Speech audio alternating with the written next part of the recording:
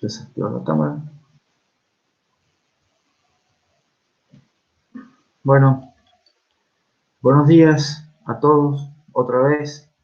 La idea de hoy es empezar con el tema 5, que es diseño de un set de instrucciones.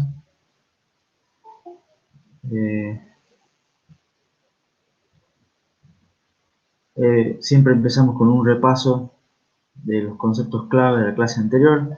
Me da la impresión hoy que la clase anterior fue hace un montón.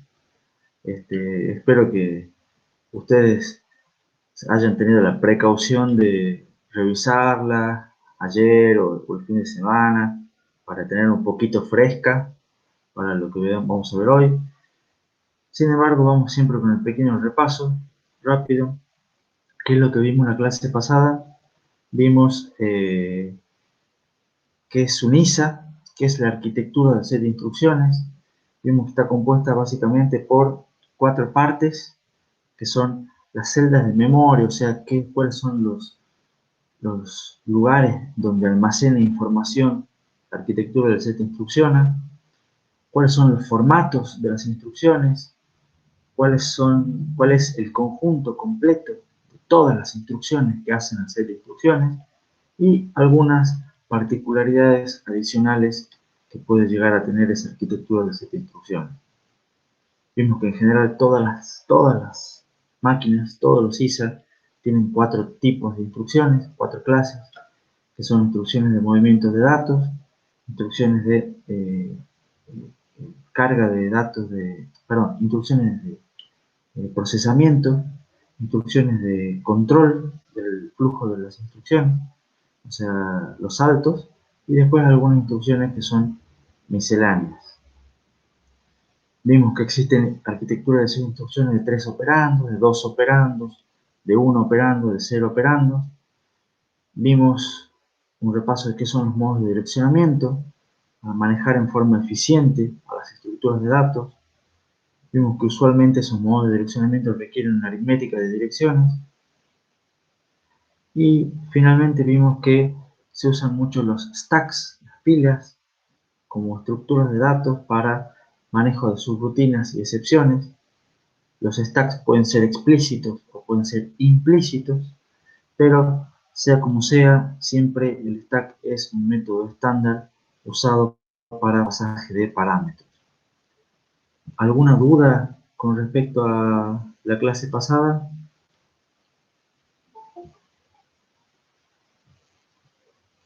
Sigue llegando gente. Previously on arquitectura de computadoras. Buenos días para todos los que se sumaron al último. Bueno, apreté 2 veces el Enter. Siempre también un repaso de cómo vamos con el cronograma. Hoy empezamos el tema 13, el tema 5, que es 13 de abril. Este tema también es corto, es el segundo de los temas de arquitectura del set de instrucciones. Y la idea de hoy es que vamos a enfocarnos en lo que es el diseño. ¿Cuáles son los temas que vamos a ver hoy? Vamos a ver qué es lo que se requiere en la arquitectura del set de instrucciones, o sea, para ver cuáles son los objetivos que queremos fijarnos en el diseño. Vamos a ver varias decisiones que vamos a tomar y por qué tipo de ISA elegir, si tres operandos, 2 operandos, 1 operando, qué instrucciones, qué modo de direccionamiento incluir, qué tipo de formato de instrucción, cómo vamos a hacer el manejo de constantes, qué tipo de datos vamos a soportar, cómo vamos a evaluar las condiciones para las instrucciones de salto, y vamos a ver métricas y principios de diseño. Antes de empezar, viene bien un repaso de qué es lo que vimos de performance, de lo que vimos en el tema 2 y tema 3. Nuestro criterio fundamental de performance con el que nos vamos a manejar es el tiempo de ejecución de programa de usuario en el procesador. Y ese tiempo de ejecución lo podemos calcular como la cantidad dinámica de instrucciones multiplicado por la cantidad de ciclos promedio por instrucción multiplicadas por la duración del ciclo, del reloj. Esa ecuación fundamental, ya deberían estar familiarizados con ella, por el práctico, por los prácticos. También es la que vamos a sentar como base nosotros para cuando queramos evaluar performance. Y vimos que también la arquitectura del set de instrucciones influye en la cantidad dinámica de instrucciones e influye también en la cantidad de ciclos promedio por instrucción. Un buen diseño de ISA es simple y ordenado, tiene pocos formatos consistentes, ayuda en la decodificación y puede influir en la cantidad de ciclos promedio por instrucción. Vimos a su vez que la performance se puede mejorar con paralelismo y con pipelining. Entonces, un buen diseño de ISA tiene que tener en cuenta estos factores también de antemano, por ejemplo, haciendo que las instrucciones sean tareas equilibradas, similares, porque yo puedo decir que si todas mis tareas son eh, equilibradas y balanceadas, facilita de algún modo una implementación en pipeline. Todas esas ideas son cuestiones que tenemos que tenerlas, o que vamos a tenerlas siempre flotando en mente en todo lo que es este tema. ¿Alguna pregunta? ¿Hasta acá? ¿Vamos bien? Estamos todavía haciendo el repaso. Pero bueno, ¿qué es lo que vamos a requerir en un ISA? El ISA debe ser completo. ¿Qué quiere decir que sea completo? Que yo pueda tener instrucciones para hacer todo lo que pueda, todo lo necesario que yo pueda querer hacer en un programa. O sea, uno puede decir, bueno, puedo requerir que tenga instrucciones de todo tipo. Y sí y no. ¿Por qué? Porque hubo gente que hizo una demostración de que con una sola instrucción alcanza para escribir cualquier tipo de programa. Y por ejemplo, eh, esto está en Facebook, en el grupo de Facebook, por supuesto hay que buscar en los archivos, pero hubo gente que hizo el Mobfuscator. ¿Qué es un Mobfuscator? Un compilador de C para x86 que corre Doom, o sea, corre un programa real y que el compilador genera código que utiliza solamente una instrucción. O sea, una instrucción que es la instrucción move para mover datos. Tiene varios modos de direccionamiento, lo que quieran, pero es una única instrucción. Entonces ustedes con ese compilador pueden compilar cualquier programa en C y se los va a traducir a una única instrucción. O sea, a muchas veces, muchos usos, pero con una sola instrucción del lenguaje ensamblador de x86. Entonces con una sola instrucción alcanza. Bueno, pero ¿es eficiente ese programa? La realidad es que no. O sea, uno puede compilar toda una sola instrucción, pero quizá haya, manejando varias instrucciones, se pueda hacer una compilación mucho más eficiente. O sea, este compilador no utiliza sumas, no utiliza operaciones lógicas, no utiliza saltos, no utiliza nada. Utiliza solamente instrucciones de movimiento de datos. Pero eso no es eficiente. Que se puede, pero no es eficiente. Para hacer una arquitectura de instrucciones eficiente, ¿qué es lo que tenemos que hacer? Y bueno, tenemos que tener varias instrucciones, pero la idea también es que las instrucciones más usadas sean las más rápidas. Y aquí entra a jugar la ley de Amdahl, que también vimos en el tema 2, de hacer más rápido el caso más común. Entonces debemos ver realmente cuáles son las instrucciones más usadas para tratar de hacer su uso más rápido y más eficiente. La arquitectura de serie de instrucciones, ella también debería ser regular. ¿Qué quiere decir que sea regular? Que uno tenga operaciones, o sea, operandos también, y modos de direccionamiento esperados. O sea que si yo tengo en alguna instrucción uso un cierto registro, o sea, y tengo otra instrucción parecida, se espera que use registros similares.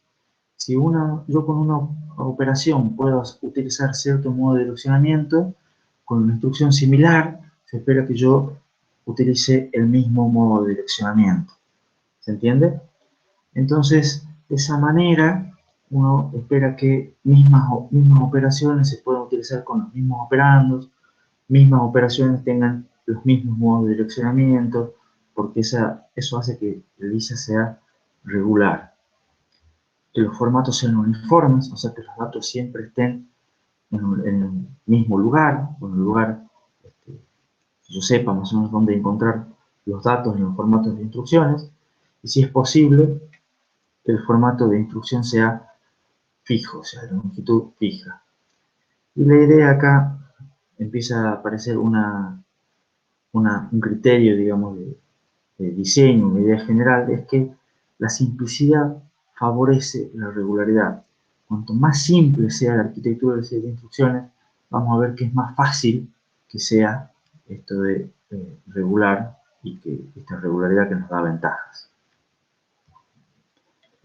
La idea también es que la arquitectura de serie de instrucciones haga un buen uso de la memoria, en el sentido de que pueda manejar datos, instrucciones múltiples de byte, que yo pueda acceder a datos de un byte o de múltiples de byte de manera relativamente sencilla.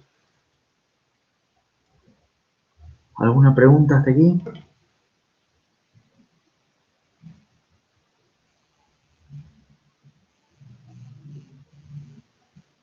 Buen día, Álvaro.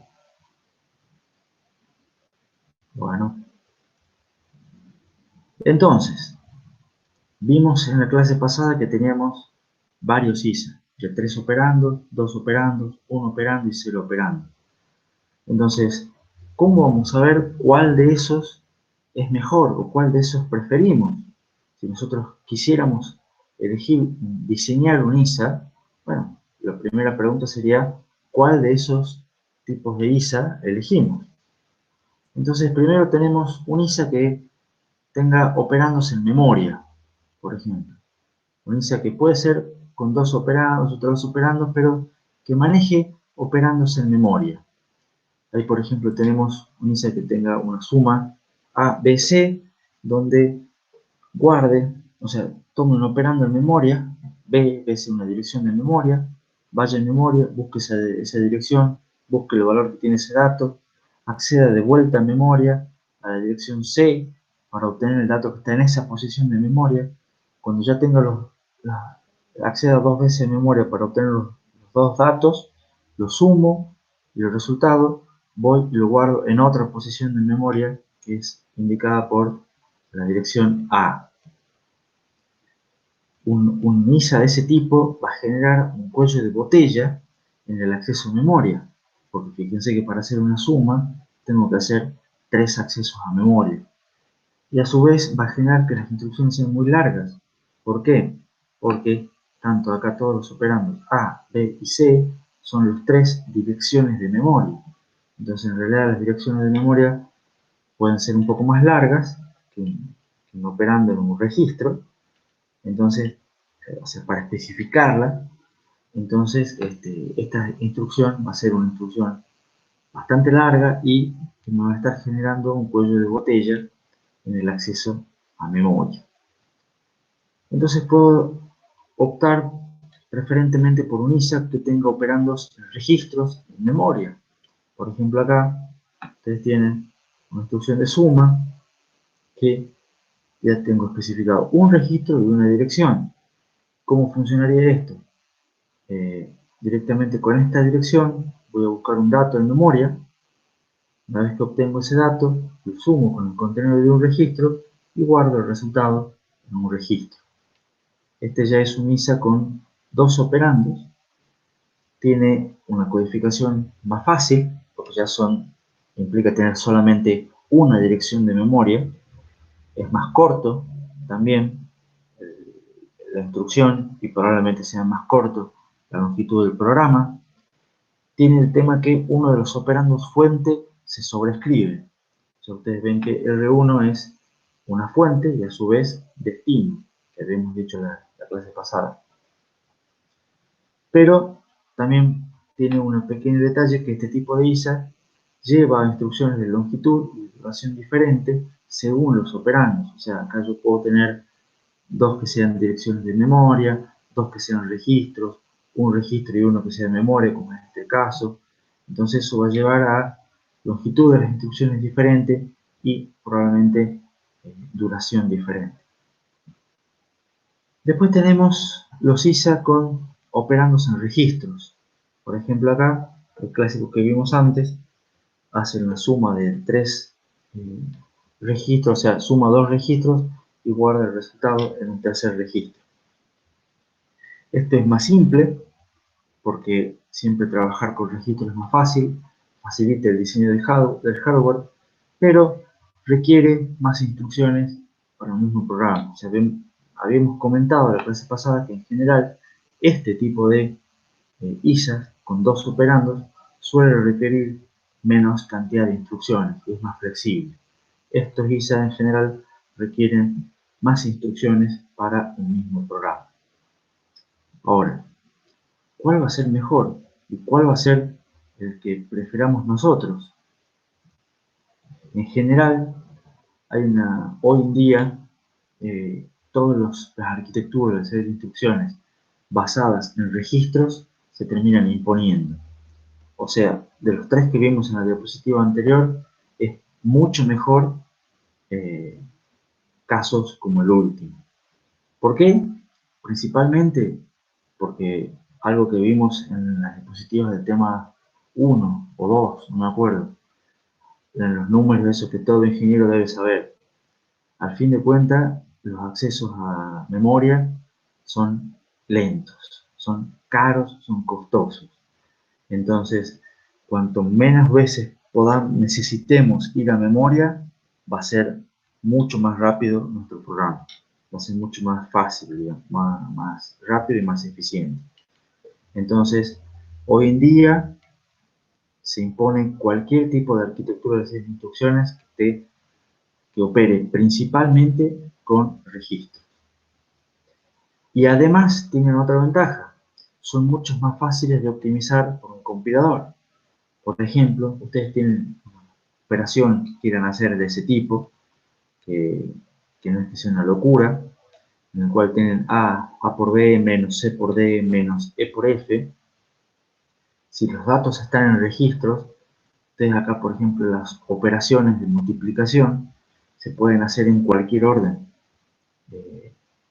Por más que después, para las restas, haya que tener ciertos órdenes, las multiplicaciones son independientes entre sí y no tienen ninguna dependencia y las multiplicaciones las pueden hacer en cualquier orden. E inclusive si tuvieran ALUs o tres ALUs que pueden multiplicar, o más de una ALU en realidad, y pueden hacer más de una multiplicación en simultáneo, hasta podrían llegar a hacer las tres multiplicaciones en paralelo. ¿No? Entonces, ¿qué quiere decir esto? Que por varios motivos, o sea, solo porque la memoria es lenta por un lado y porque trabajar con registros permite más optimizaciones en el compilador, es una realidad que hoy en día las arquitecturas de serie de instrucciones que se basan en registros son las que se imponen en la realidad. Y a su vez, hay un subconjunto de esas arquitecturas basadas en registros que es inclusive más dominante sobre los demás, que son arquitecturas de tipo load store. ¿Qué quiere decir una arquitectura de tipo load store? Que únicamente las instrucciones de tipo load y de tipo store, o sea, las cargas de datos desde memoria y los almacenamientos en memoria, son las únicas instrucciones que pueden acceder a memoria. O sea que no se permite que ninguna otra instrucción pueda acceder a memoria. No se permite que una suma acceda a memoria, ni que una multiplicación maneje uno de sus operandos en memoria, ni que los saltos, ni que ninguna otra instrucción que no sea de tipo load o de tipo store pueda acceder a memoria. ¿Se entiende esa idea?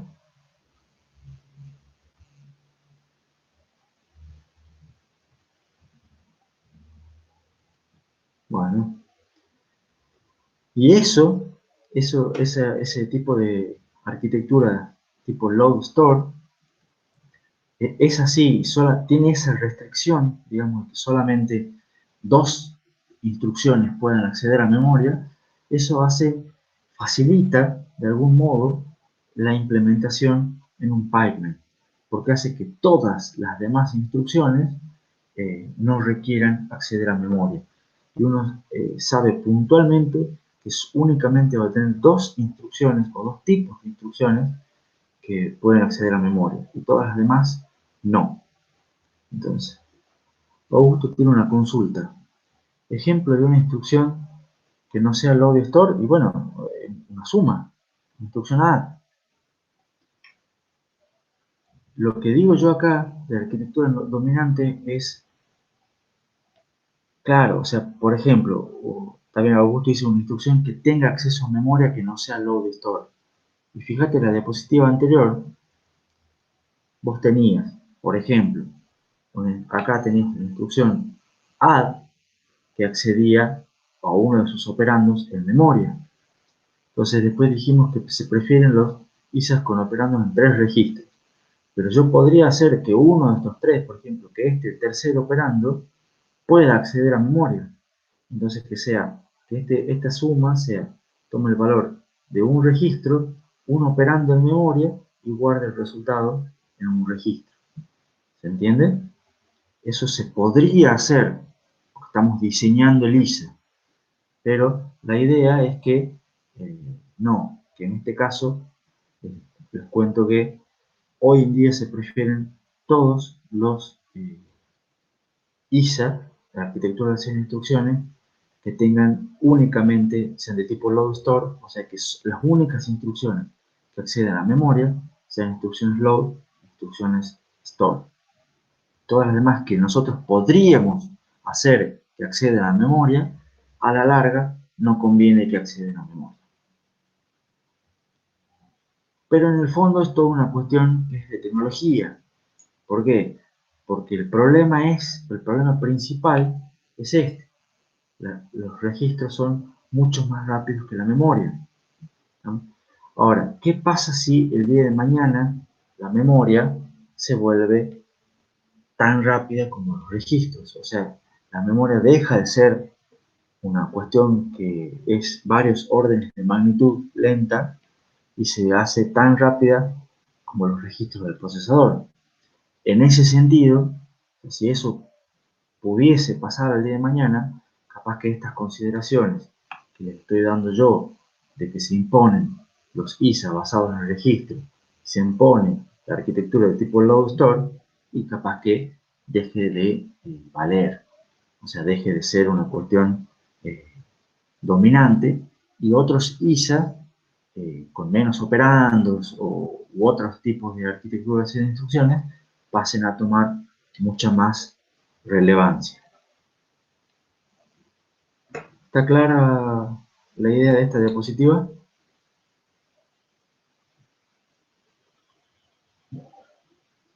¿Alguien tiene alguna duda por las dudas? Vamos bien hasta acá. Estamos despiertos, parece el lunes. Ahora, dijimos que vamos a hacer un ISA de tipo load store. Dijimos que, a pesar de que se puede con una sola instrucción, vamos a tratar de que haya más. Bueno, ¿cuáles instrucciones vamos a incluir en nuestro ISA? ¿Y cuántas? ¿Cuántas sería bueno tener? ¿10 instrucciones? ¿50? ¿100? ¿Cuáles ponemos? En este caso, los criterios van a ser los siguientes. Si hay alguna operación que es lenta, y el problema que tiene que sea lenta es que obliga a que las demás también sean lentas, entonces no la ponemos. O sea, si hay alguna instrucción que por algún motivo demore más que las demás, y además me obligue a que todas las demás vayan un poco más lento, entonces esa operación la vamos a dejar afuera de nuestra arquitectura de esa instrucción. ¿Por qué? Por una cuestión de que estamos acá pensando en lo que es un pipeline. Entonces, si hay algo que no, la idea es tener todas, de algún modo, etapas equilibradas. Si hay alguna que por algún motivo me va a hacer, me va a generar, que va a ser un poco más lenta, me va a generar un cuello de botella, entonces esa instrucción la dejamos afuera. Bueno, pero ahora, ¿qué pasa? No es cuestión de empecemos a dejar afuera instrucciones. ¿Qué pasa si yo realmente necesito esa instrucción y no la puedo dejar afuera? Bueno, la idea va a ser tratar de conseguir alguna pseudo instrucción que la reemplace. ¿Qué es una pseudo instrucción? Algo que no es parte de la arquitectura de pseudo instrucciones, pero que podemos utilizar una pseudo instrucción en el sentido de que exista para el programador, o sea, una instrucción virtual, digamos, que existe para el programador, pero que después el programa ensamblador la reemplaza por una o dos o varias instrucciones reales. De esa manera uno puede programar con esa pseudo instrucción, pero realmente en el ISA, en la arquitectura de esas instrucciones, no existe la instrucción. Me pregunta Ignacio, ¿cómo podría obligar a que las demás a que sean lentas? Y bueno, por ejemplo, un ejemplo simple es con las aritméticas. Yo digo, a ver, yo necesito hacer instrucciones aritméticas. ¿Qué instrucciones aritméticas necesito? Necesito hacer sumas, restas y multiplicaciones. Bueno, a ver, entonces, ¿qué hago? Me compro una ALU. Y esta ALU, y pongo siempre la misma ALU para todas las operaciones. Pero la ALU que yo tengo me demora un ciclo para hacer una suma, un ciclo para hacer una resta y 4 ciclos para hacer una multiplicación. Entonces, ¿qué es lo que pasa? Si yo digo, bueno, yo necesito acá tiempo para ejecutar mis instrucciones aritméticas. Si yo digo que mis instrucciones aritméticas van a demorar todas un ciclo, la instrucción de multiplicación no se va a poder hacer. ¿Se entiende? Entonces, ¿qué es lo que tengo que hacer? Le digo, bueno, digo que demoran 4 ciclos. Porque la ALU en el peor caso demora 4 ciclos. ¿Y qué voy a hacer? Las instrucciones de suma y resta las voy a hacer en uno y voy a tener ciclos al vicio, digamos, para las instrucciones que, voy a decir que demoran 4 ciclos, se van a ejecutar en uno la suma y la resta y los otros 3 ciclos los voy a tener de algún modo desperdiciados. ¿Se entiende? En ese caso, si yo pudiera decir, bueno, no compro esa ALU y compro otra ALU más sencilla que solamente tenga instrucciones de suma y resta, entonces, ¿qué es lo que voy a hacer? Voy a tener la suma y resta en un ciclo. ¿Y qué voy a hacer con la multiplicación? Y bueno, después veo cómo la hago, pero la suma y resta las hago más rápido. Eso es más o menos un ejemplo, simplificado por supuesto, de cómo podría ser que una instrucción perjudique a las demás. ¿Se entendió la idea? Pregunta Lucas si suele usarse muchas pseudoinstrucciones. Sí, la respuesta corta es sí. Vamos a ver nosotros en el ISA nuestro que se usan muchas pseudoinstrucciones. Y después también les voy a contar, cuento ahora, digamos, que en general, eh, otros ISA, por ejemplo, la arquitectura x86, lo que hace, o sea, no las llama pseudoinstrucciones, pero usa algo similar. O sea, ellos tienen instrucciones en el ISA, pero después internamente manejan microoperaciones, que convierten las instrucciones en microoperaciones diferentes. Y a la larga es más o menos similar al concepto este de pseudoinstrucciones que les estoy contando ahora. Digamos. El ensamblador de algún modo convierte las instrucciones del set de instrucciones en otras, que son las que realmente se van a ejecutar después. Entonces, la pregunta genérica de si se usan muchos set de instrucciones, sí. Claro, en realidad, exactamente. En particular, la arquitectura de x86 es más compleja, pero sí, sería como que tiene un ISA por debajo, digamos, del ISA real. por decirlo así. Ya lo vamos a ver un poquito más en detalle más adelante.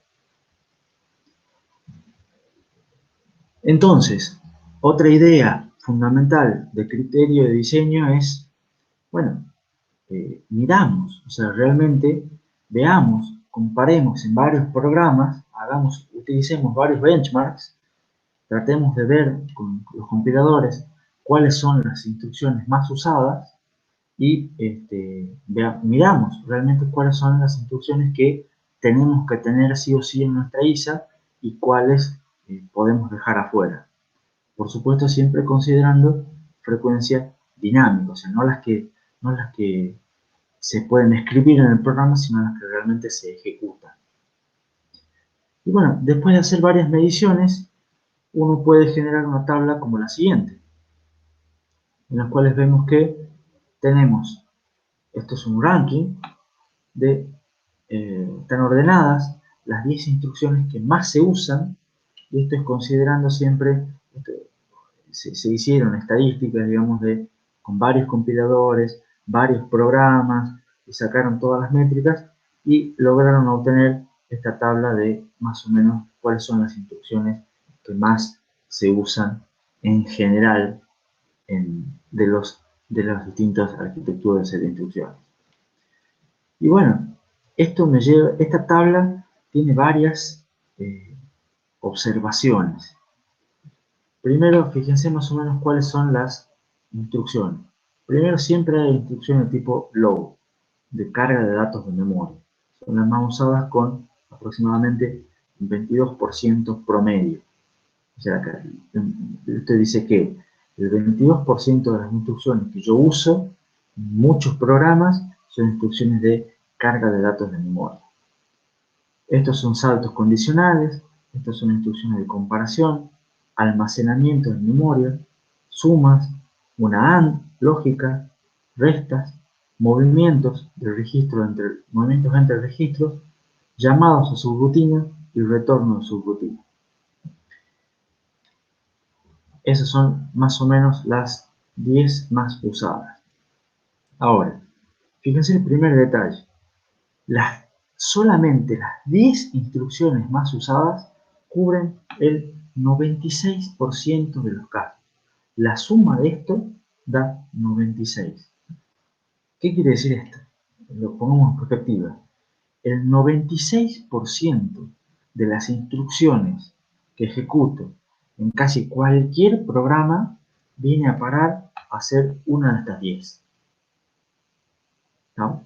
El 4% restante puede ser cualquiera de un montón de otras instrucciones que yo pueda tener en mi set de instrucciones. Entonces, acá vamos de vuelta. ANDAL, hacer más rápido el caso más común. Si yo hago solamente estas 10 instrucciones, yo ya cubro el 96% de las instrucciones que yo ejecuto. ¿No? ¿Y cómo hago los 4% restantes? Bueno, trataremos de ver si las puedo hacer con combinaciones de estas o si no, bueno, las agrego, no hay problema.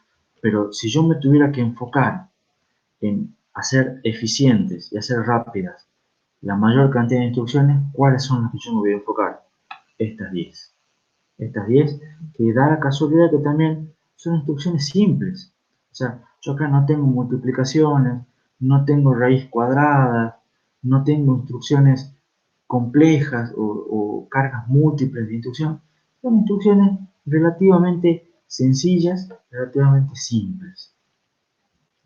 Entonces, son estas instrucciones en las cuales vamos a tener que poner el foco nosotros para diseño del ISA y eventualmente después diseño del procesador.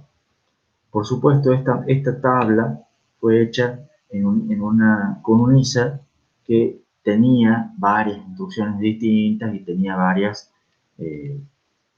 posibilidades diferentes. O sea, no es que se hizo con instrucciones que no tengo. Si yo hago esta tabla con un ISA que no tiene una instrucción de multiplicación, y bueno, obviamente no va a aparecer nunca la instrucción de multiplicación, ¿se entiende? Pero se probó con un ISA que tenía todas las instrucciones de todos los tipos y a la larga se ve que solamente estas 10 son las más usadas, con distintos compiladores, etc. ¿Alguna pregunta hasta aquí? ¿Vamos bien?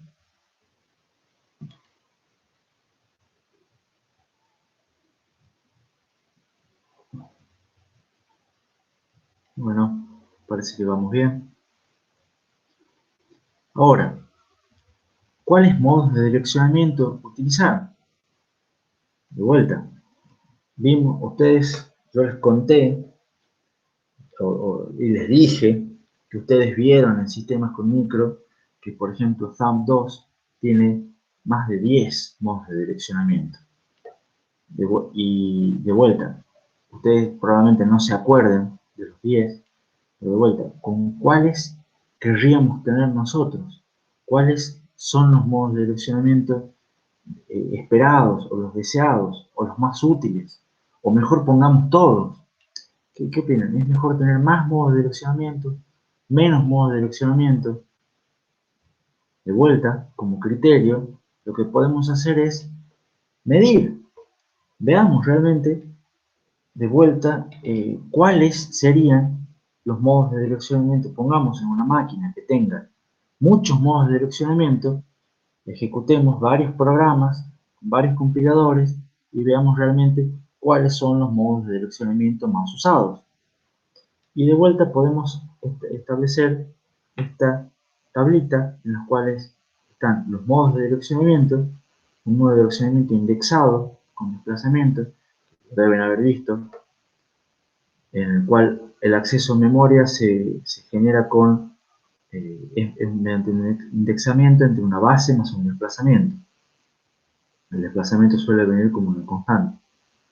Este es un modo de direccionamiento inmediato, o sea que se accede directamente a una dirección dada de memoria. Registro indirecto, donde la dirección de memoria está dada por el contenido de un registro. Escalado, que puede ser algún tipo de operación. Memoria indirecta, etc.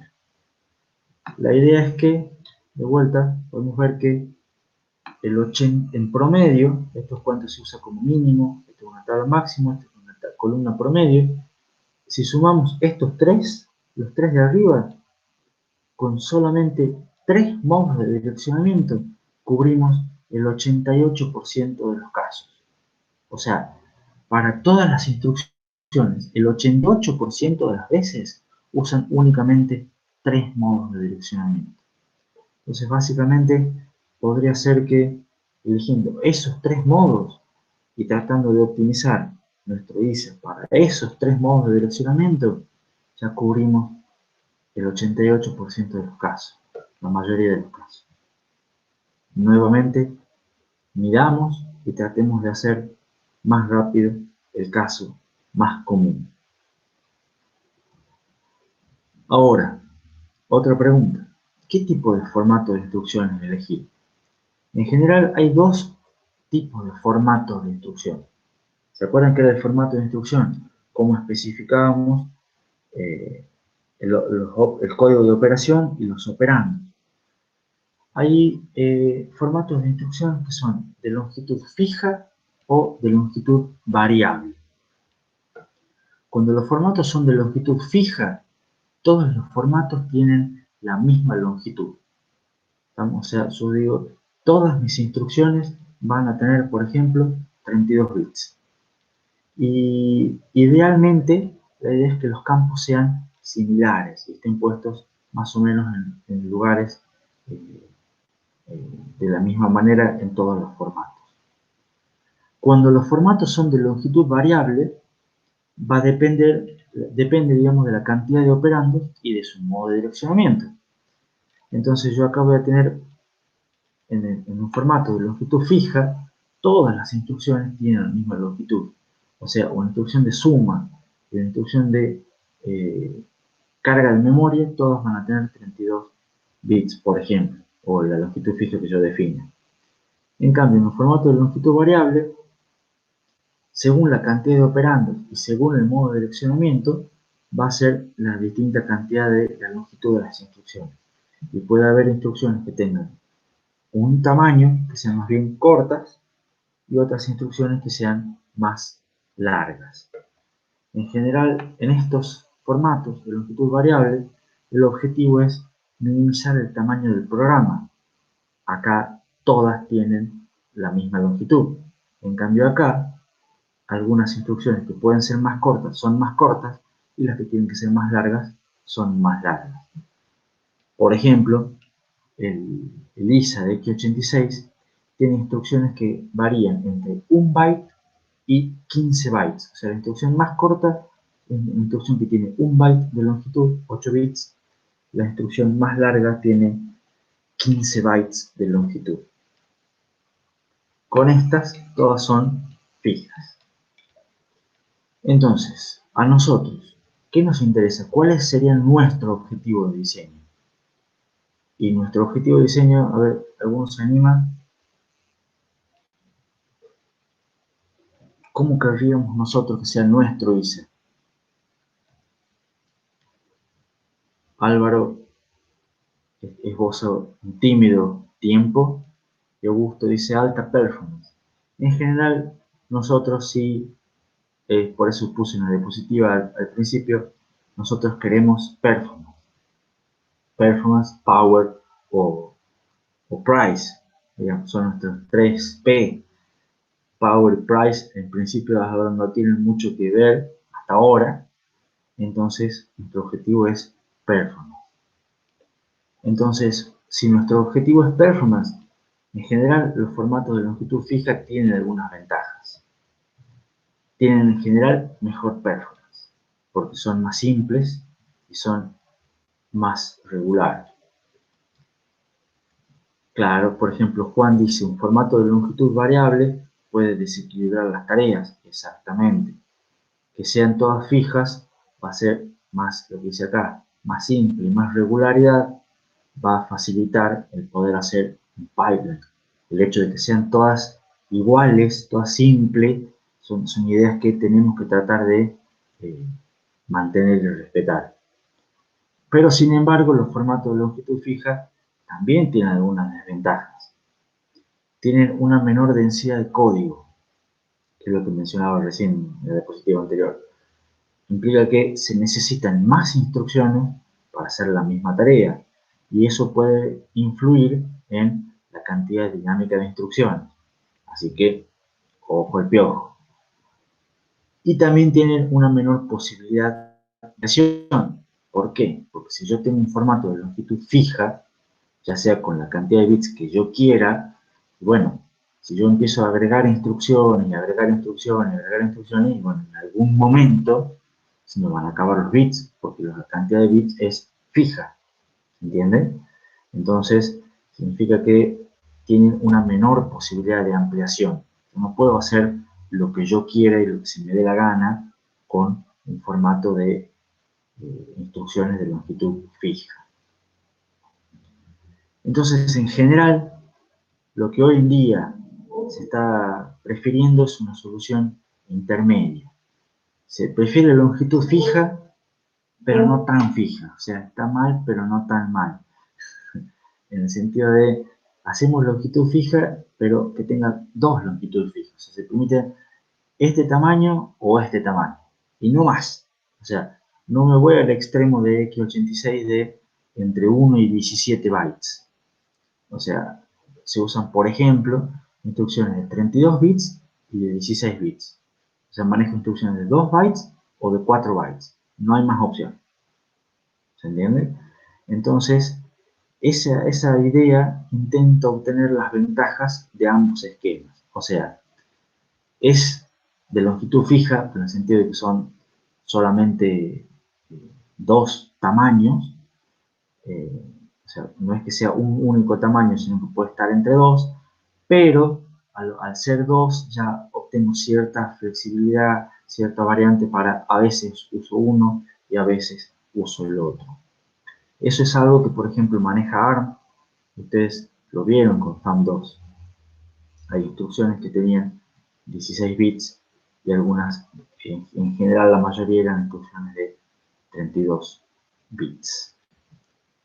¿Alguna pregunta? con respecto a esto, al formato de instrucción de longitud fija y no tan fija.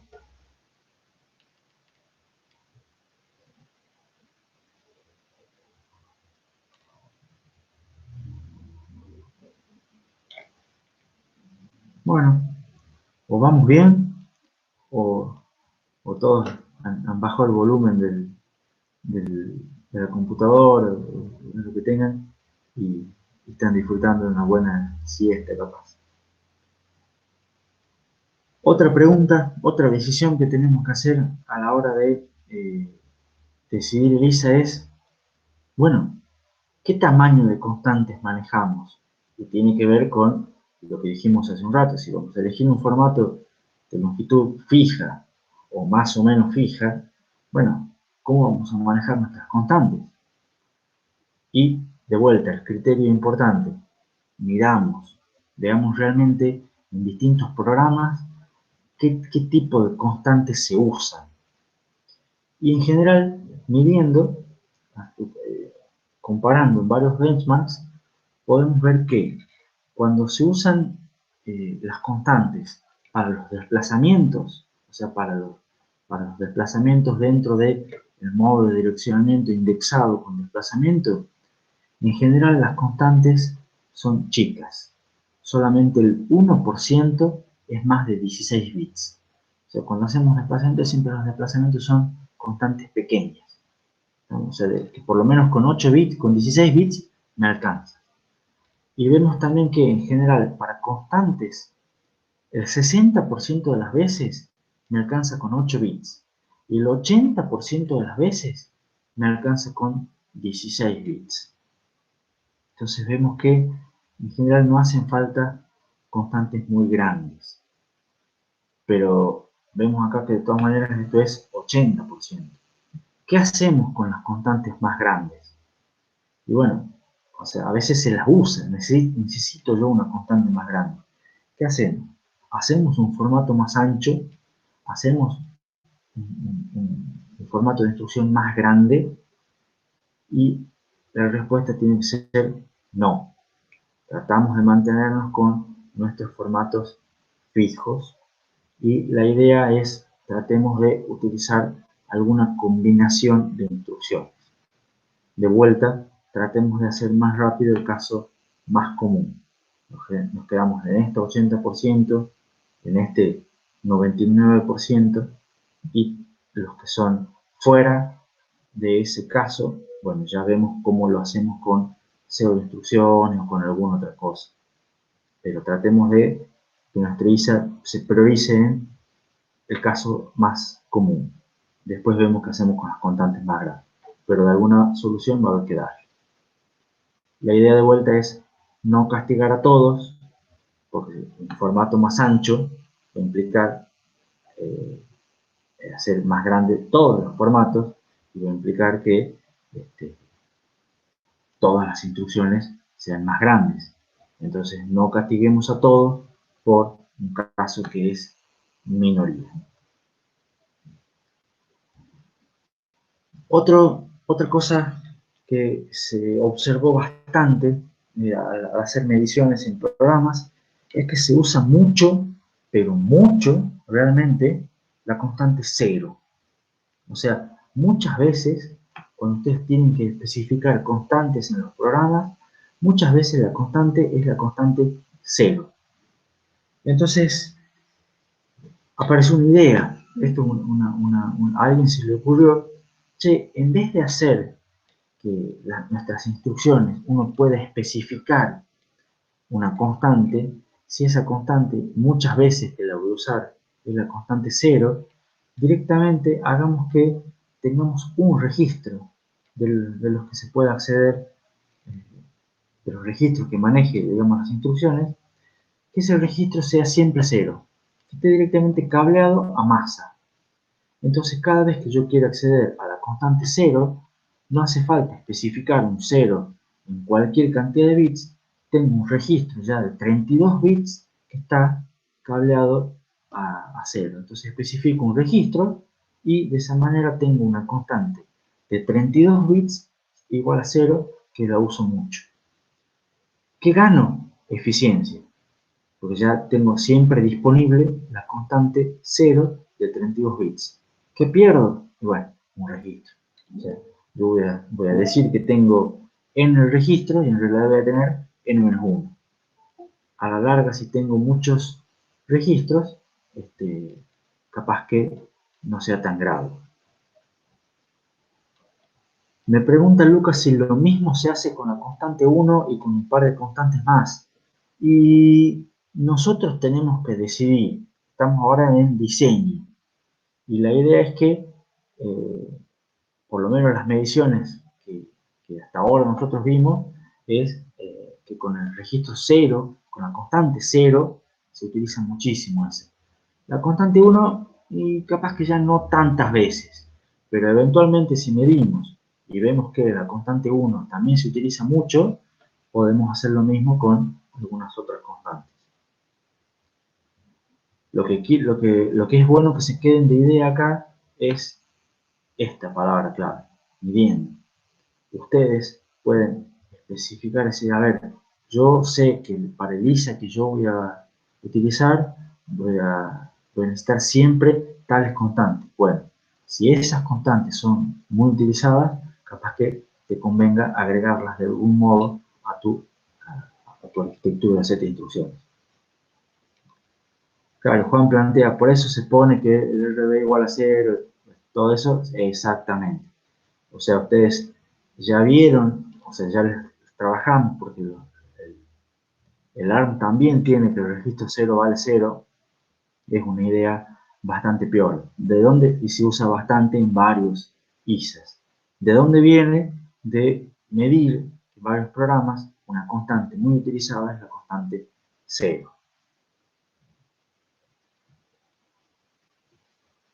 ¿Queda clara la idea? Bueno, creo que ahora tengo una más y hacemos un recreo. Uno o dos más creo y hacemos un recreo. ¿Qué tipos de datos también tenemos que manejar en nuestra arquitectura de serie de instrucciones? Bueno, siempre tenemos que tener instrucciones que sirvan para manipulación de bits. O sea, instrucciones que permitan hacer enmascaramiento de bits, o sea, manejar máscaras, hacer desplazamientos. Siempre son instrucciones que manipular bits es importante para muchos programas. Por otra parte, es necesario trabajar con enteros y con bytes o datos de tipo carácter. O sea, datos de 8 bits, un byte, necesitamos datos de 16 bits, de 32 bits y de 64 bits. Son todos los tipos de datos usuales que se manejan en la mayoría de los lenguajes de programación. Siempre, cuando manejamos números, siempre en complemento a 2, porque sabemos que a esta altura del partido, todo lo que es aritmética, enteros, se maneja en complemento a 2. Y también, midiendo, de vuelta, podemos ver que el 75% de las veces se utilizan datos de 32 bits. Entonces, estos son todos los tipos de datos, digamos, de lenguajes de alto nivel, son datos de 32 bits. Entonces, podría ser que este sea nuestro tipo de dato por default y tratar de ver cómo hacemos para encajar los otros tipos de datos, los otros tamaños de datos. Después se usa mucho datos en punto flotante eh, para cálculos donde se requiera más precisión, para programas que tengan que ver con datos científicos y demás, se utilizan datos en punto flotante. Punto flotante tiene a su vez tres tipos de tamaños. Precisión simple, que son los datos tipo float, de 32 bits, precisión doble, los datos de tipo double, de 64 bits, y precisión cuádruple, que son datos de 128 bits. Normalmente el 70% de las veces se utiliza datos de precisión doble, de 64 bits. Nosotros tenemos que tratar de ver cómo hacemos para soportar todos estos eh, tipos de datos. ¿Alguna pregunta? Hacemos un recreo. Supongo que no, nadie me va a decir que no. Si tienen alguna pregunta, sería el momento adecuado. Y si no, hacemos un break hasta las 9:10. ¿Tienen para un cafecito? Sí, Jonás tiene una pregunta. ¿Hoy hay consulta? Sí, debería haber consulta en los horarios pactados, que son a partir de la 1, si no me equivoco.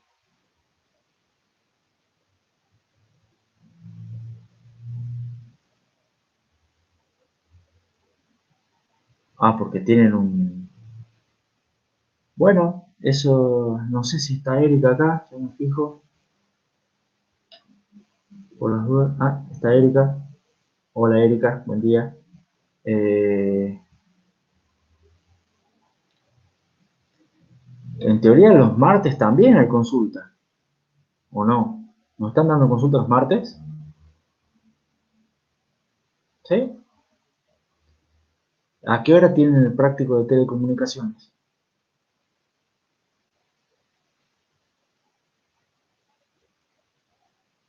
Por las dudas. Si no, pueden organizar para... Y bueno, eventualmente podemos... A ver, es desde las 16 o hasta las 18.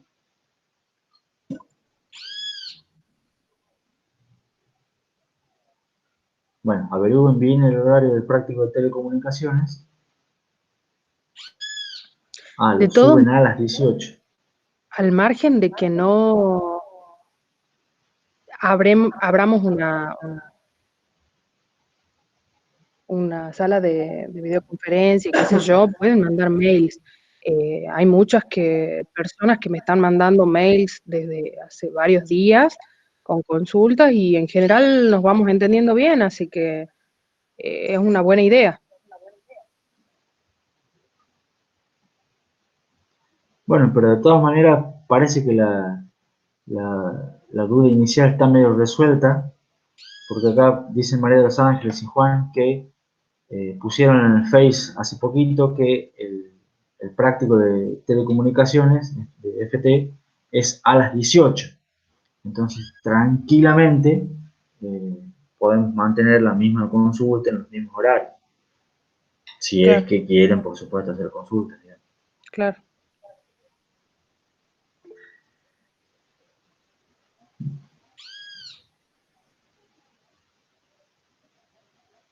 Bueno, si está resuelta la duda de Jonás, Jonás era, ¿no? Sí.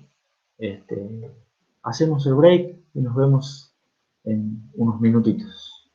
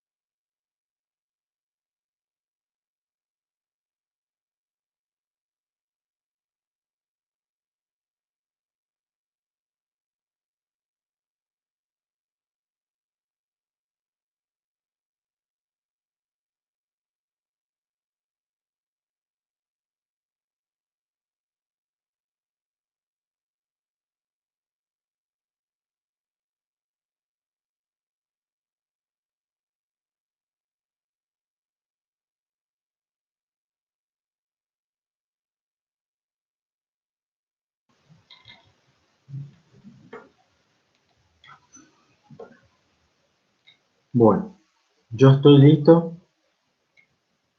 Vamos a esperar igual. Dije que hasta las 9:10, así que vamos a esperar unos minutitos más. Pero por las dudas, si alguien tiene alguna pregunta o quiere consultar algo. Al final nadie recibe un mail con el link de Meet, ¿no? Sí, ya me imaginaba. Bueno, pero sí les aparece en el calendar el evento. O sea, eso sí lo pueden ver, si es que tienen agregado el calendario.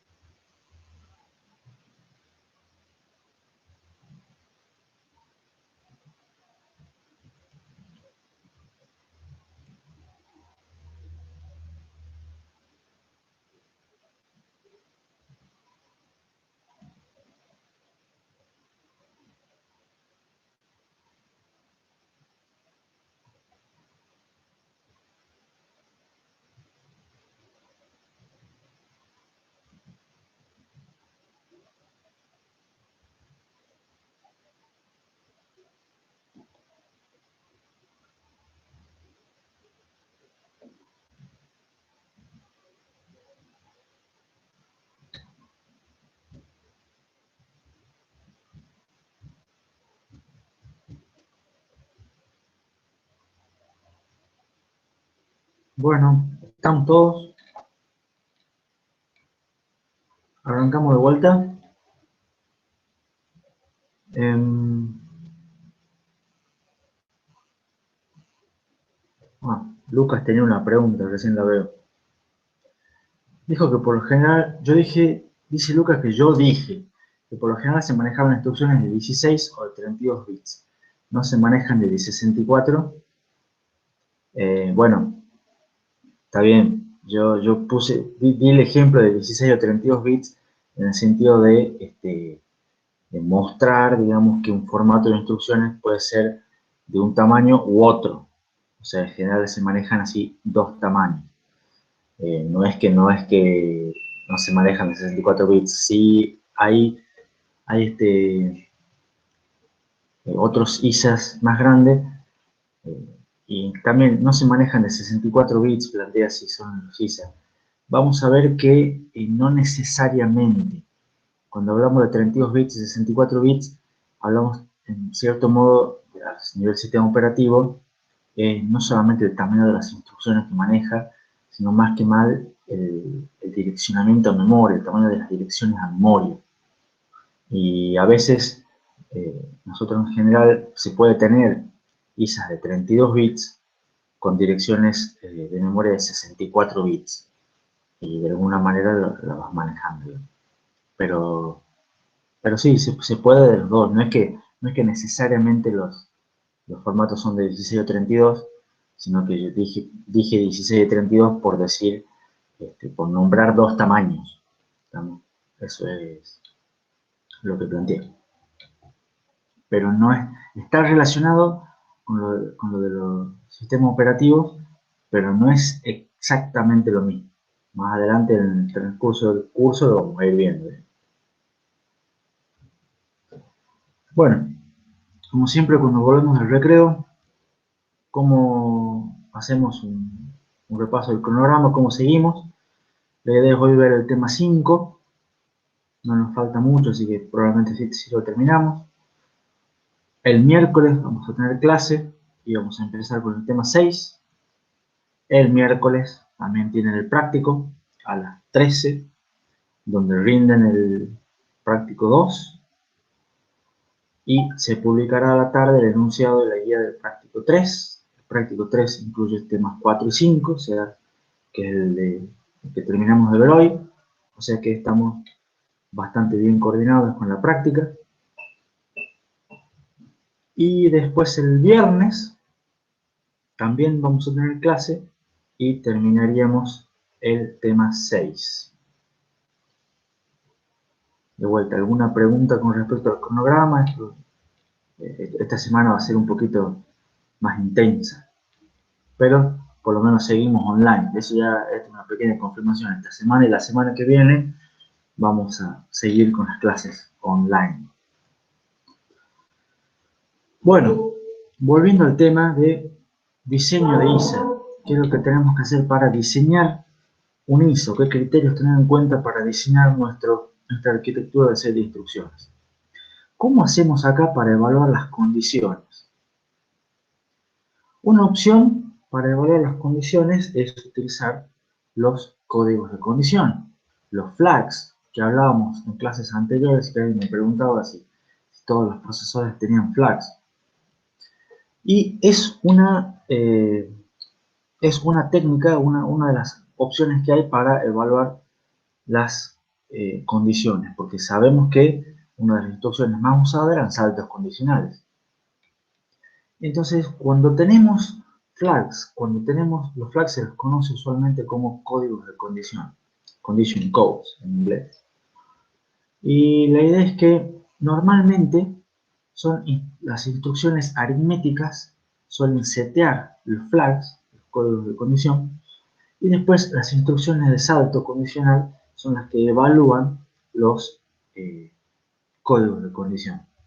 Entonces ustedes estaban acostumbrados, o lo que habían hecho en sistemas con micro, iban siempre un par de instrucciones juntas, una instrucción aritmética que hacía algo y seteaba los flags, y después, a continuación, la instrucción de salto que evaluaba esa condición. ¿Así es? ¿Alguien que se acuerde de algún programa de sistemas con micro? Sí, dice Martín Campbell. No sé si se acordará de algún programa de sistemas con micro, pero por lo menos responde que sí. Bien, Martín. Está despierto. Ya volvió del recreo. Ahora, cuando tenemos nosotros un ISA, una arquitectura de set de instrucciones, que usa estos flags, es un ISA que en general requiere menos instrucciones. Es un ISA que evalúa más fácil las condiciones y es un ISA que genera que al final de cuentas los programas tengan menos instrucciones. Pero en general tienen un problema. No todas las instrucciones cambian todos los flags.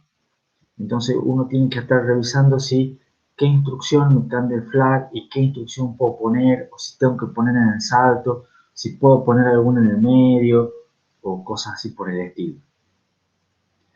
Y a su vez, el hecho de usar los flags dificulta la implementación en pipeline. ¿Por qué? Porque esto que dijimos acá, normalmente las que setean los flags son las instrucciones aritméticas.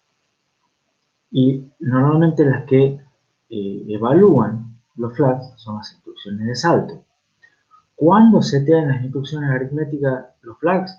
Y bueno, cuando se están ejecutando. O sea, sería más o menos en la última parte, digamos, de una instrucción aritmética. Cuando evalúa un salto, o cuando evalúa los flags, una instrucción de salto, y los evalúa antes de ejecutarse, antes de saber que salta, cuando se está decodificando, por ahí. Entonces pasa a haber acá un problema de que esto se hace en algún momento, esto se hace en otro momento, y ya genera una dependencia, va a haber una dependencia entre estas dos instrucciones, ¿no? Entonces, eso hace que sea un poco más difícil la implementación en pipeline, difícil las implementaciones de alta performance, porque fíjense que ya al tener la dependencia también, ya no voy a poder cambiar el orden o poner otras instrucciones en el medio. Entonces ya son más complicadas. Andan bien, funcionan bien, pero bajo ciertos casos. Entonces, ¿cómo puedo hacer con algún ISA para no tener esos problemas? Un ISA que sea mejor pensando en pipeline, y un ISA que no tenga ese tipo de cosas, que esté pensado para alta performance. Existe otra manera de evaluar condiciones que es sin usar flags. ¿Cómo hago para evaluar una condición sin usar flags? Directamente tengo instrucciones que comparan registros y guardan el resultado en otro registro. O sea, para saber si un valor da 0, tengo que, o si un resultado de una operación da 0, bueno, ese resultado de una operación lo tengo que tener en un registro y lo tengo que comparar con un registro y si es igual a 0, y eventualmente el resultado lo voy a grabar en otro registro. O sea, en algún registro voy a grabar un 1 si son iguales y un 0 si no son iguales. Y entonces parece más engorroso, pero el hecho de que sea la misma comparación siempre entre registros, igual resultado en otro registro, hace que sea igual que una instrucción aritmética. O sea, usa dos registros para hacer una suma y guarda el resultado en otro registro. Entonces lo hace regular, lo hace simple, lo hace más apto para implementaciones en Python. Y después, ¿cómo hago con los saltos? Los saltos no evalúan flags. ¿Qué es lo que tienen que evaluar los saltos? Eventualmente comparar de vuelta registros o revisar valores de registro. O sea, en vez de utilizar flags con códigos de condición, directamente estos UNISA se basa solamente haciendo comparaciones siempre con o mediante registros. ¿Se entiende la idea de esta diapositiva?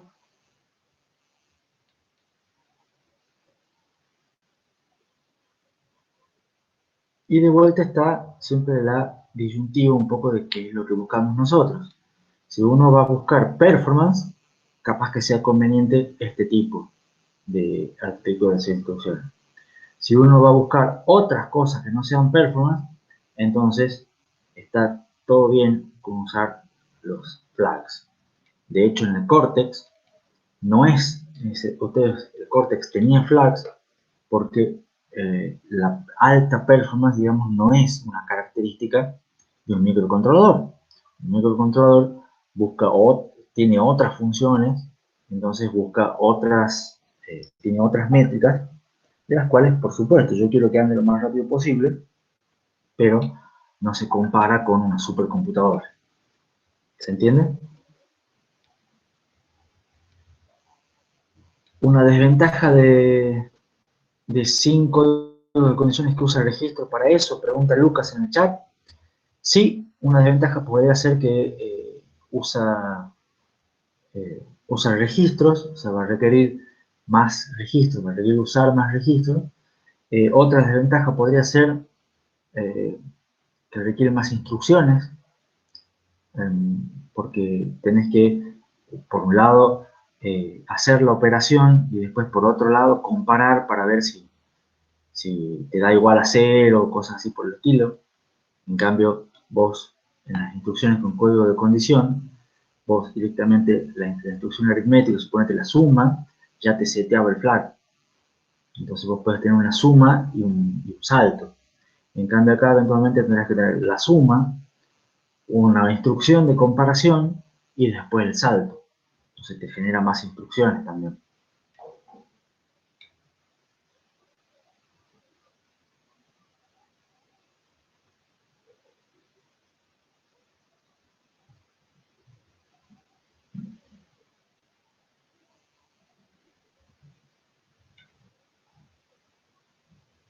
Ahora, un par de consideraciones más sobre los saltos. También, de vuelta, haciendo mediciones sobre varios programas, se obtiene que la mayoría de los destinos de los saltos son cercanos a la propia instrucción. ¿Por qué pasa esto? Y porque muchas veces los saltos son, por ejemplo, en una condición if, en un if then else de una estructura de un lenguaje de programación, ustedes tienen un salto. Pero normalmente todas las estructuras if then else tienen dentro del then o del else, tienen una cantidad relativamente corta de instrucciones. Entonces, cuando ustedes van a hacer los saltos, la implementación del salto en el ensamblador, no tienen que saltar realmente muy lejos, son unas cuantas instrucciones, unas cuantas serán 10, 30, pero sigue siendo un número chico de instrucciones. Pregunta Jonás si eso es localidad espacial. Sí, puede ser localidad espacial, porque tiene que ver con que va a acceder a datos cercanos. Sí, bien Jonás, buena observación. Y también otra característica de esto es porque muchas veces los saltos son por los lazos, de vuelta, no solamente las estructuras if-then-else, sino también los lazos. Un lazo for, un lazo while, siempre tienen una cantidad relativamente corta de instrucciones. Entonces, cuando uno salta, por decirlo así, cerca. ¿No? Y por ello, y ojo, cerca, pero cerca también es importante esto, ¿cerca de dónde? Cerca de la misma instrucción, o sea, son instrucciones que están cerca de la instrucción de salto, o sea, cerca de donde está el PC actualmente. Por ello, es muy utilizado un modo de direccionamiento que se llama relativo a PC. Es un modo de direccionamiento que utiliza el PC como base, es una especie de indexado más desplazamiento, pero utilizando el registro PC como base. Entonces, con un simple desplazamiento chiquito de 8 bits, ya puedo tener, me desplazo entre 128 instrucciones hacia adelante o hacia atrás. Y con 128 instrucciones para cualquiera de los dos lados, ya cubro muchísimo, la mayoría de los casos. Acá no está el porcentaje, pero dice la mayoría de los destinos de los saltos. Ahora, pregunta. Eventualmente vamos a puede ocurrir un salto que requiera saltar más lejos. ¿Qué hacemos con un salto que requiera saltar más lejos?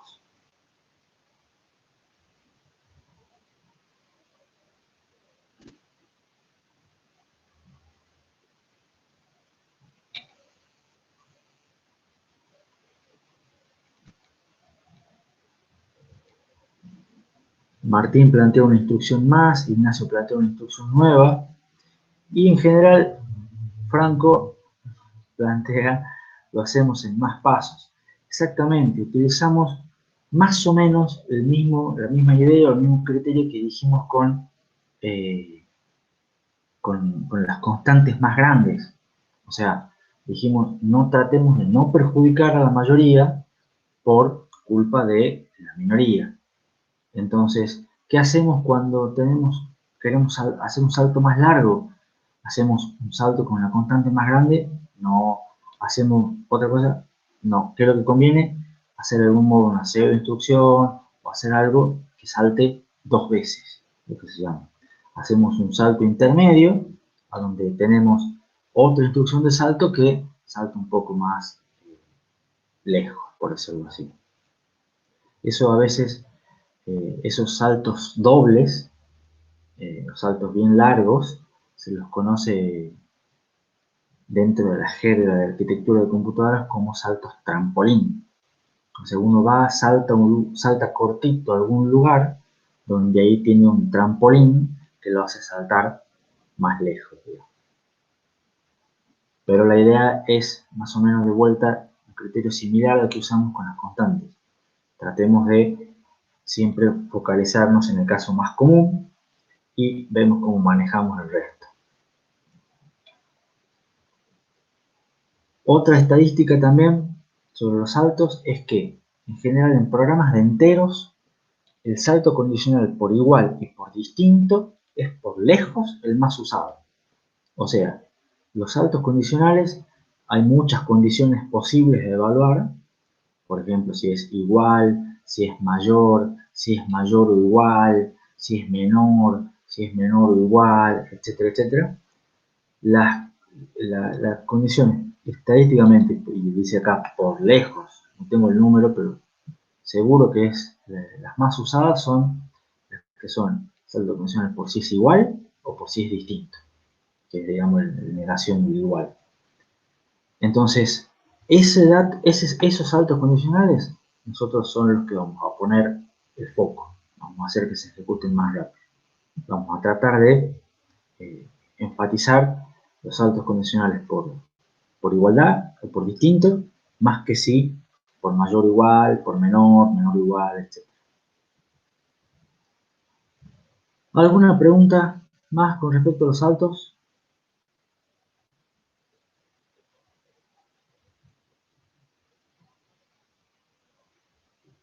Bueno, ahora, y acá viene un poco lo de dimensiones de Lisa que planteaba hace un rato Ezequiel en el recreo. No, Ezequiel era... sí, Lucas Ezequiel, perdón. Vemos que, por un lado, los ISA más comunes son de 32 bits. Y acá de vuelta con, che, pero ¿qué no son de 64? Bueno, los ISA más comunes son de 32 bits. Y este 32 bits implica el tamaño de los operandos enteros, el de las instrucciones, el de las direcciones a memoria y el de los registros. O sea, todo eso es de 32 bits. ¿No? Y cuando hablo de más comunes, voy a decir, bueno, pero yo en mi máquina tengo un procesador de 64 bits. Sí, está bien, pero hay que ver cuántos microprocesadores más chicos hay en el mundo y cuáles son los ISAs más comunes también. También hay ISAs más pequeños, de menos de 32 bits. Por ejemplo, Thumb, el Cortex.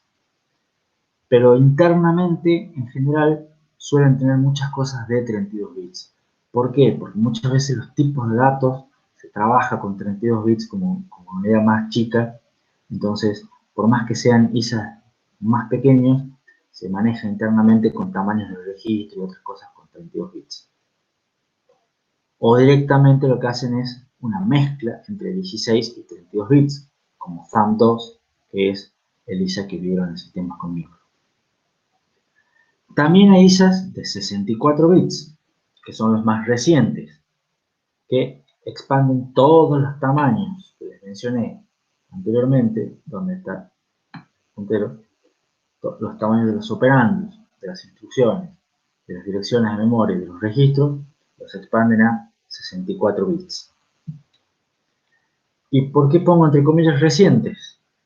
Porque la arquitectura x86, que es la que usamos normalmente, es una arquitectura que es del 2003.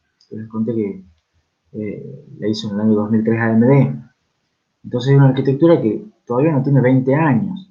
Y los ISA tienen por lo menos 50. Y la arquitectura de 64 bits de ARM, la arquitectura ARM V8, es del 2015. Ya esta tiene solamente 5 años. Esta sí es más reciente.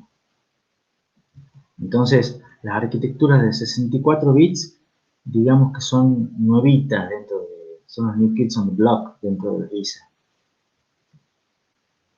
Y ahora, ¿por qué surgieron, o por qué surgen, digamos, por qué van incrementándose las dimensiones de ISA? Y la principal motivación es el direccionamiento en memoria. Y en este, vendría a ser, esto que dice acá, el tamaño de las direcciones a memoria. Entonces, en el año 76, otro ingeniero, Gordon Bell, de IBM creo que era, no me acuerdo exactamente, puso una frase que suele ser, la quoteo textual porque es muy buena, que dice, solamente hay un error que se puede cometer en diseños de computadoras que es difícil de reponerse. O sea, hay un solo error del cual es muy difícil salvarlo, digamos. no tener suficientes bits para el manejo y direccionamiento de la memoria. Uno siempre dice, ah, bueno, pero en su momento estaban los tipos que decían, ah, 16 bits me alcanza para direccionar la memoria. Después se quedaron cortos y dijeron, bueno, con 32 bits me alcanza para direccionar la memoria. ¿Quién va a tener 4 GB de memoria RAM? Después surgieron, ah, no, con 64 bits me alcanza. Con 64 bits me alcanza por un número tremendo de memoria RAM. No sé quién va a llegar alguna vez a tener 2 a las 64 bytes de RAM. Sin embargo, están las supercomputadoras del top 500. Vayan y averigüen cuánto tienen de RAM y cuánto pronostican que van a tener de memoria RAM para los próximos años. Y van a ver que pronto se van a quedar cortos con 64 bits. Pronto, relativamente pronto. Entonces, siempre lo importante es tener los suficientes bits para el manejo y el direccionamiento de la memoria. Y esto es lo que finalmente sí responde a la pregunta que me había hecho Lucas al comienzo, o del recreo, mejor dicho, de a qué se refiere con 32 y 64 bits. Bueno, los procesadores de 64 bits, cuando uno habla de los sistemas operativos de 64 bits, habla de los bits para direccionamiento a memoria. Está bien que son todas estas cosas, pero usualmente se maneja con esto, porque el direccionamiento de memoria es la principal motivación para incrementar el tamaño del ISA. Ahora, así como fuimos ampliando, ¿hay ISAs de 128 bits? Hoy no, hoy en día no hay.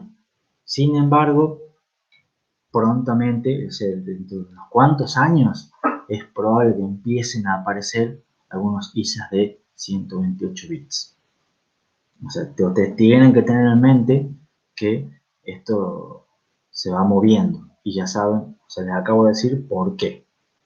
Entonces, a medida que vaya avanzando la tecnología y más cosas, se va a requerir direccionar más memoria y van a empezar a aparecer ISAs más grandes. ¿Alguna pregunta?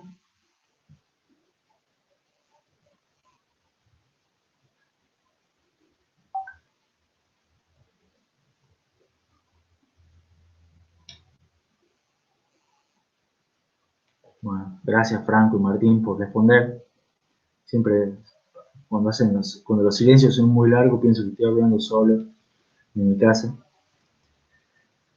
Bueno, y vamos terminando con unas últimas diapositivas que tienen que ver con métricas y criterios de realmente cómo hacemos para diferenciar cuando un diseño de inicio es bueno o no.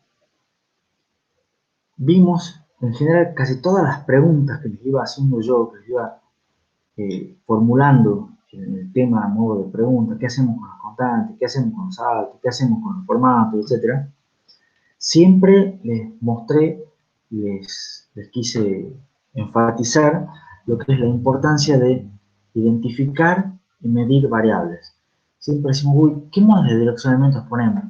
No pongo los que son más lindos, no pongo los que me gustan más, no pongo los que me resultan más fáciles, pongo los que más se usan. ¿No? Y a los que más se usan trato de darles todas las ventajas posibles y con los demás después me las arreglo. Y esto les tiene que quedar, digamos, como idea, como criterio de diseño para la materia, que en general una métrica adecuada me provee buenos objetivos de diseño.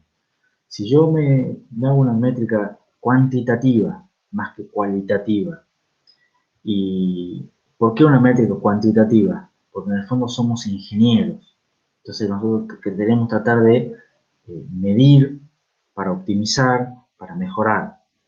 Entonces, una buena métrica me va a generar buenos objetivos de diseño.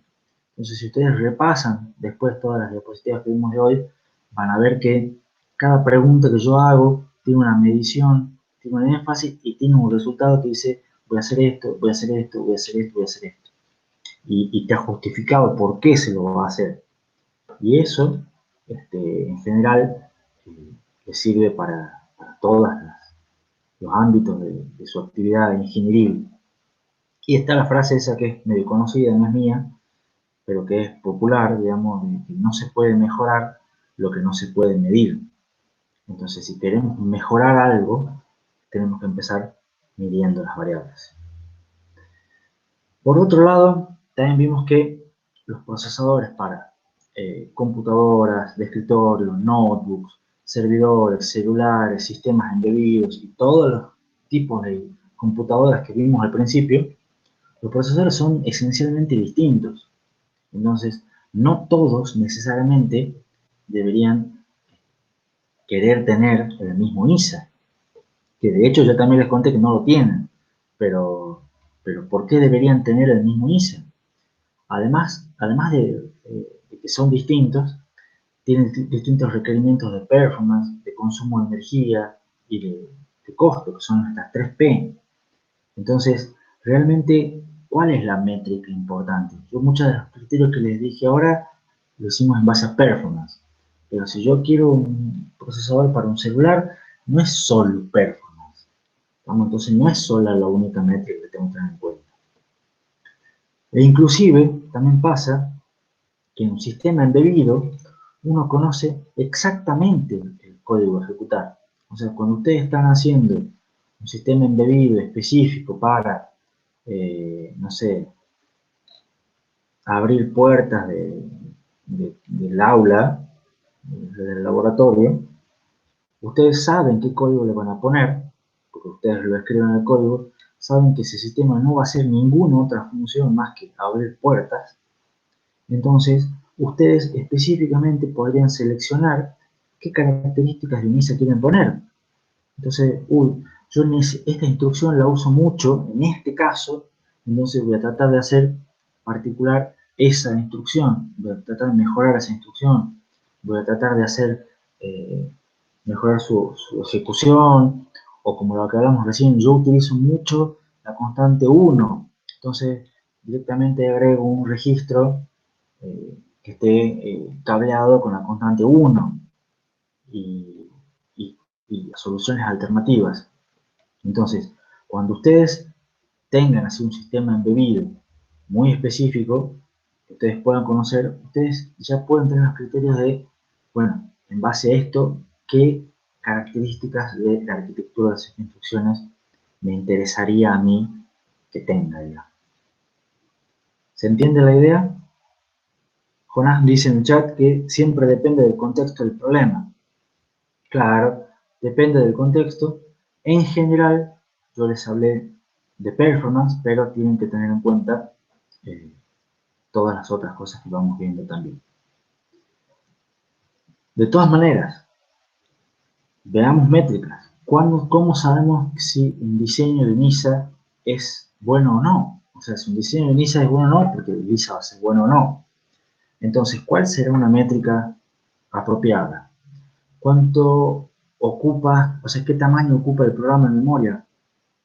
Puede ser una métrica apropiada. ¿Cuál es la cantidad de instrucciones dinámicas que se ejecuta? ¿Cuál es la cantidad de accesos a memoria o transferencias a memoria, total o por instrucción? ¿Cuánto es la cantidad de ciclos promedio por instrucción? ¿Cuál creen que de esas métricas, o si hay alguna otra métrica que sea mejor para evaluar un ISA?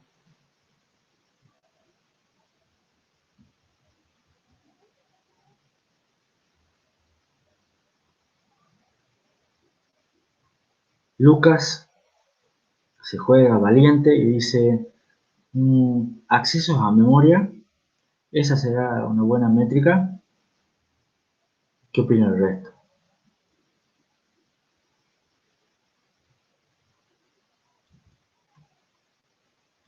¿Cuál es mejor métrica? El que se asocie más al tiempo que ocupa. Y en realidad, la respuesta de Lucas es no, no es cuántos accesos a memoria. Augusto plantea cantidad de ciclos promedio por instrucción, CPI. No, tampoco es CPI. ¿Cuál es la mejor métrica? Tiempo de ejecución de un programa. Y por CPI por T. Esa es la métrica de performance. No pierdan de vista el foco siempre, porque fíjense que acá están teniendo cantidad de instrucciones, están teniendo una variable, cantidad de ciclos por medio por instrucción, están teniendo otra variable, y lo que importa realmente es tiempo de ejecución del programa. Lo que me importa es cómo voy a hacer yo para ejecutar mi programa más rápido. ¿Estamos? Eso es lo que a fin de cuentas es nuestra métrica que nos tiene que interesar. Siempre es tiempo de ejecución. No era una trampa, es para que no pierdan nunca el foco de lo que es la ecuación de tiempo de ejecución. Siempre la tienen que tener en mente. No son preguntas tramposas, Martín. Son preguntas porque están dormidos. No implica que sean tramposas. Performance. Performance es siempre nuestra métrica más importante. Sin embargo, hoy en día es importante considerar otras métricas que podemos tener en cuenta. El costo es algo que también hay que tener en cuenta. ¿Por qué? Porque un ISA pequeño y simple, si nuestro ISA es muy chiquitito, va a favorecer que las implementaciones sean muy chicas. Y una implementación más pequeña ocupa menos área. Y el área está directamente relacionado con el costo. Entonces, cuanto más simple y más pequeño sea el ISA, es probable que más pequeña sea la implementación. Simplicidad es otra métrica que puede ser importante. ¿En qué sentido? Cuanto más simple sea un ISA, menos tiempo lleva su implementación, más barata va a ser la implementación, menos documentación va a tener una mejor curva de aprendizaje para los clientes, etc. Entonces va a tener un mayor impacto, digamos, y va a ser más rápido el impacto cuanto más simple sea el ISA. De hecho, eso lo vamos a poner en prueba nosotros porque ustedes ya vieron un set de instrucciones, que es el del Cortex. Yo les voy a contar otro en el tema 6, más o menos en 2 clases, y la idea es que ustedes más o menos con solo 2 clases de MISA ya puedan programar o manejarse con un ISA nuevo. Vamos a ver si es verdad la mejor curva de aprendizaje y todo lo demás. Otro aspecto importante que puede ser una métrica para el diseño de ISA es que tenga un buen aislamiento entre la arquitectura y la implementación. ¿Qué quiere decir esto? Que a veces algunos ISA favorecen algunas implementaciones particulares en detrimento de implementaciones futuras. O sea, es mejor decir, el Cortex, por ejemplo, hace eso y dice, bueno, yo a esta versión, a este procesador, le voy a ajustar tal parámetro para hacer que acá ande mejor. Pero después en el otro no va a andar, no importa, pues yo después en el otro haré otra cosa, ¿no? Entonces ARM suele hacer eso con sus implementaciones, lo cual lleva a que si ustedes trabajan con un Cortex M, programan con un ISA, pero si trabajan con un Cortex A, tengan que programar con otro ISA. Por ejemplo, tienen otras instrucciones distintas, otros modos de direccionamiento, y son parecidos, pero no son iguales. Entonces, cuanto más independiente sea la arquitectura de hacer instrucciones de la implementación, mejor es. Otro aspecto importante es, bueno, el espacio para crecer. Dijimos que, por ejemplo, las arquitecturas en instrucciones que tienen un formato de longitud fija, en general suelen quedarse cortas con las expansiones. Y pasa que siempre con el tiempo van apareciendo nuevas aplicaciones, nuevos programas, nuevos usos. Les comenté al principio, Machine Learning, tecnología 5G, el IoT, Internet of Things, todo lo demás son cosas que no existían hace 10 años, y la idea es que probablemente requieran nuevas demandas, nuevas instrucciones. ¿Y cómo hacemos para agregar instrucciones si tenemos la longitud fija? Bueno, hay que buscar la vuelta o pasar a longitud variable o alguna otra cosa. Pero un buen ISA tiene en cuenta que tiene que tener espacio para poder ampliarse el día de mañana, porque van a aparecer seguramente nuevas aplicaciones, nuevas cosas. Bueno, el tamaño del programa, que lo mencioné un par de veces, es crítico. Y es crítico sobre todo en sistemas que están limitados por memoria, como suelen ser los sistemas embebidos. Entonces, si ustedes tienen un sistema embebido en el cual tienen, qué sé yo, 1 kilobyte de flash y 1 kilobyte de RAM, por decirlo así, sé que son tamaños muy pequeños, pero bueno, van a tener que manejarse con esos tamaños, pero es lo que tienen. O sea, no hay vuelta que darle. Entonces, si UNISA les favorece que el tamaño del programa sea más chico y para ustedes es crítico el tamaño del programa, y bueno, ese ISA probablemente sea mejor. Y por último, también es importante no olvidarse de los programadores, y no solo los programadores en ensamblador, que programadores en ensamblador ya hay muy pocos, pero hay gente que escribe compiladores, hay gente que todavía escribe enlazadores, sobre las cuales nosotros los usamos, los compiladores, los enlazadores y todos los programas de software de base. Entonces, es bueno pensar en esa gente que nos hace la vida más fácil a nosotros y tratar de UNISA, que piense en esa gente, tiene una buena cantidad de registros, porque siempre los registros usan un montón, usa direccionamiento relativo a PC, tiene la duración de las instrucciones balanceadas, etcétera, etcétera, etcétera. Entonces, eso ayuda a que después se hagan programas, compiladores, enlazadores y todo lo demás para nuestro ISA, porque al final de cuentas los lenguajes de alto nivel tienen que poder traducirse a nuestra arquitectura de set de instrucciones. ¿Preguntas con respecto a esta diapositiva?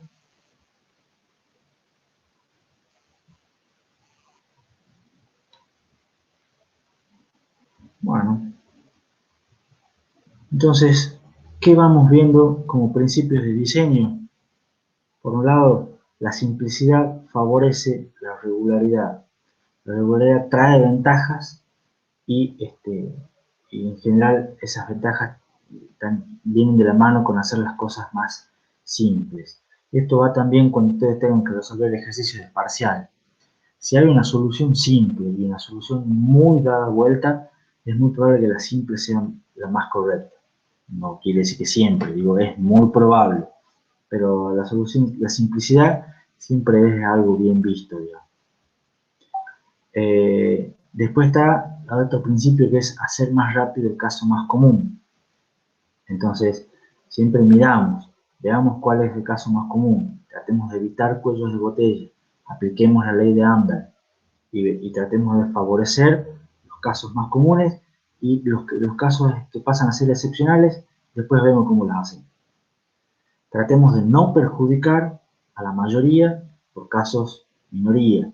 Lo vimos con el caso de las constantes, lo vimos con el caso de los saltos.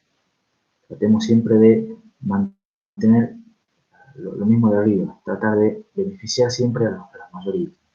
Y por supuesto, un buen diseño va a requerir compromiso. A veces, para beneficiar a uno, hay que perjudicar a otro. Pero bueno, tratemos de siempre tratar de tener los compromisos y sepamos a quién beneficiamos y a quién perjudicamos. Y tratar de no perjudicar a los que son más usados o que se usan más, los casos más comunes. Como resumen final, la idea de estas diapositivas fueron mostrarles criterios y pautas para diseñar un ISA eficiente en el sentido de performance, pero considerando otras métricas según el tipo de computadora. La idea es siempre tenemos que manejar accesos a memoria siempre en múltiplos de bytes, en distintos tipos de datos, formatos de instrucción de longitud fija, vamos a tener que, ojo con eso, y no tan fija, pero los formatos de instrucción de longitud fija son mejores para la performance. Vimos que un ISA basado en registros de 3 operandos y un ISA de tipo load store son los que hoy son dominantes, principalmente por una cuestión tecnológica. Si se usa punto flotante, que es algo que deberíamos soportar, que mantenga sus propios registros separados. Vimos que un registro cableado a cero ayuda a una mejor eficiencia porque es muy utilizado, tener una constante cero. Vimos que hay que soportar los tipos de datos más comunes. Vimos que las instrucciones conviene que sean pocas, que sean rápidas y que sean simples. No hace falta meter 8500 instrucciones para que eso funcione, digamos. También vimos que los más usados son pocos modos de direccionamiento, eran 3, básicamente el indexado, con desplazamiento de 16 bits como máximo, el modo de direccionamiento inmediato, con constantes de entre 8 y 16 bits, y el modo de registros indirecto, eran los modos de direccionamiento más usados. Y además le sumamos el modo de direccionamiento relativo a PC para los saltos. Vimos que si se busca performance, en general no conviene usar códigos de condición, no conviene usar flags. Les traté de enfatizar, no olvidar cuál es la métrica más importante para comparar los ISA, que es tiempo de ejecución. No se queden con uno solo de los parámetros, hay que siempre considerar los 3. Pero sí tener en cuenta otras métricas según distintos casos. Y tener siempre presente los principios de diseño de las últimas diapositivas. Eso es todo por hoy. Siempre está la diapositiva de agradecimiento y ese sería el fin de la presentación. No sé si alguno tiene alguna pregunta.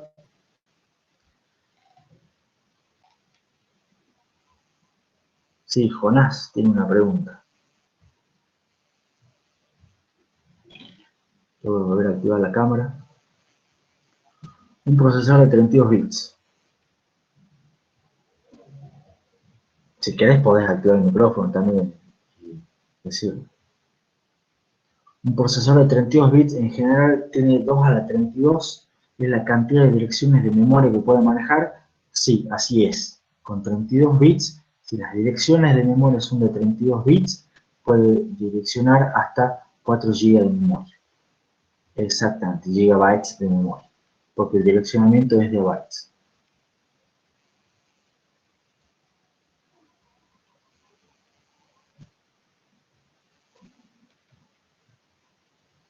Entonces, Jonás dice, si yo tengo un procesador de 32 bits y le pongo 8 GB de RAM, el procesador en realidad te va a ver solamente 4 GB. No va a poder acceder a los otros 4.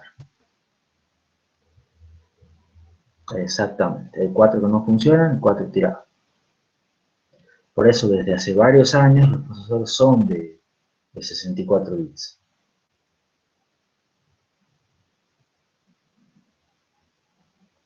Y en realidad también depende del sistema operativo. O sea, no es solamente el procesador, también depende del sistema operativo. Si vos tenés un procesador de 64 bits y pones un sistema operativo de 32 bits y le pones 8 GB de RAM, igual vas a ver 4. Lo que uno se entera es un cuarto de año en computación, pero lo importante es enterarse, digamos. Augusto tiene otra pregunta también. Cuando ARM saca al mercado un nuevo ISA, ¿a nadie se le ocurre hacer un traductor entre el antiguo ISA y el nuevo? Sí, a algunos se les ocurre. En general, el mismo ARM te sugiere, pero el tema está en que muchas de las cosas no se pueden traducir. Por ejemplo, ARM saca un nuevo ISA y dice, mira, yo ahora te agrego una instrucción nueva que te hace la multiplicación, no sé, más extraña. O la raíz cuadrada, por ejemplo. Entonces, vos antes no tenías tu código con raíz cuadrada, ¿y cómo haces para traducir tu código viejo al nuevo que tiene raíz cuadrada? Eso no se puede traducir porque no se va a saber cuándo vos así utilizabas o necesitabas una raíz cuadrada. Entonces sos vos el programador el que tiene que decir, yo acá tengo mi rutina, en vez de llamar a mi rutina voy a utilizar esta nueva instrucción. ¿Se entiende? Entonces, ARM sí tiene inclusive algunos traductores propios para migrarte entre algunos de sus ISA. Y algunas de las migraciones las hace inclusive dentro de los mismos chips. O sea, a veces un procesador un poco más grandecito de ARM, o sea, no te digo un Cortex M3, que creo que también lo tiene, pero no estoy seguro, pero un Cortex M7 o alguno de los otros un poco más grandes, traen los decodificadores para 2 ISA o para más ISA. Entonces, según la instrucción que vos le pones, vos podés, dinámicamente se va a decodificar de una manera o de otra. O sea, el procesador solo se va a dar cuenta qué ISA es y qué es lo que estás tratando de hacer. O sea, se dio cuenta que es un problema y lo trata de solucionar, pero lo hace un poco más caro, más complejo, más difícil al procesador. No sé si eso respondía a la pregunta de Augusto.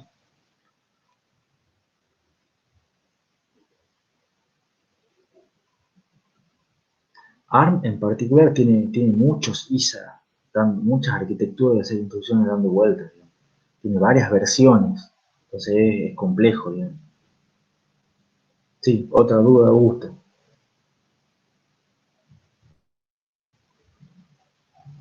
Y los principales consumidores de ISA, qué buena pregunta. En general, eh,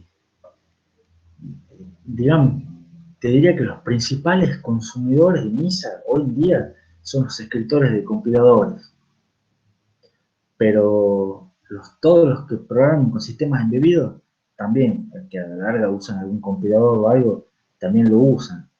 Entonces, los que hacen sistema operativo, también.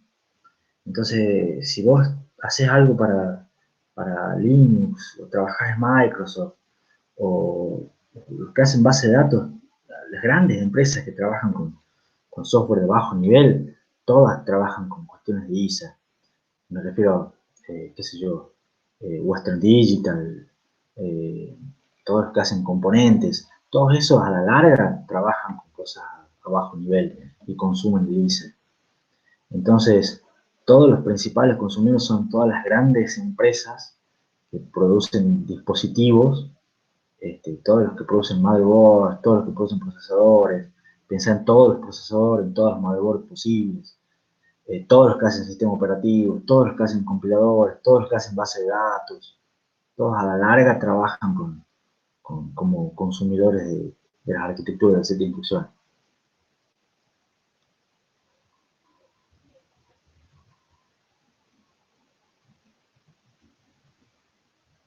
Por nada.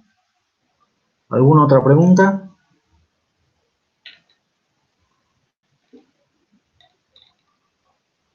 Bueno, si nadie tiene más preguntas, ya podemos cortar la clase de hoy y nos vemos nuevamente el miércoles a las 8 de la mañana por el mismo canal. Que les vaya bien. Chao chicos. Hasta luego.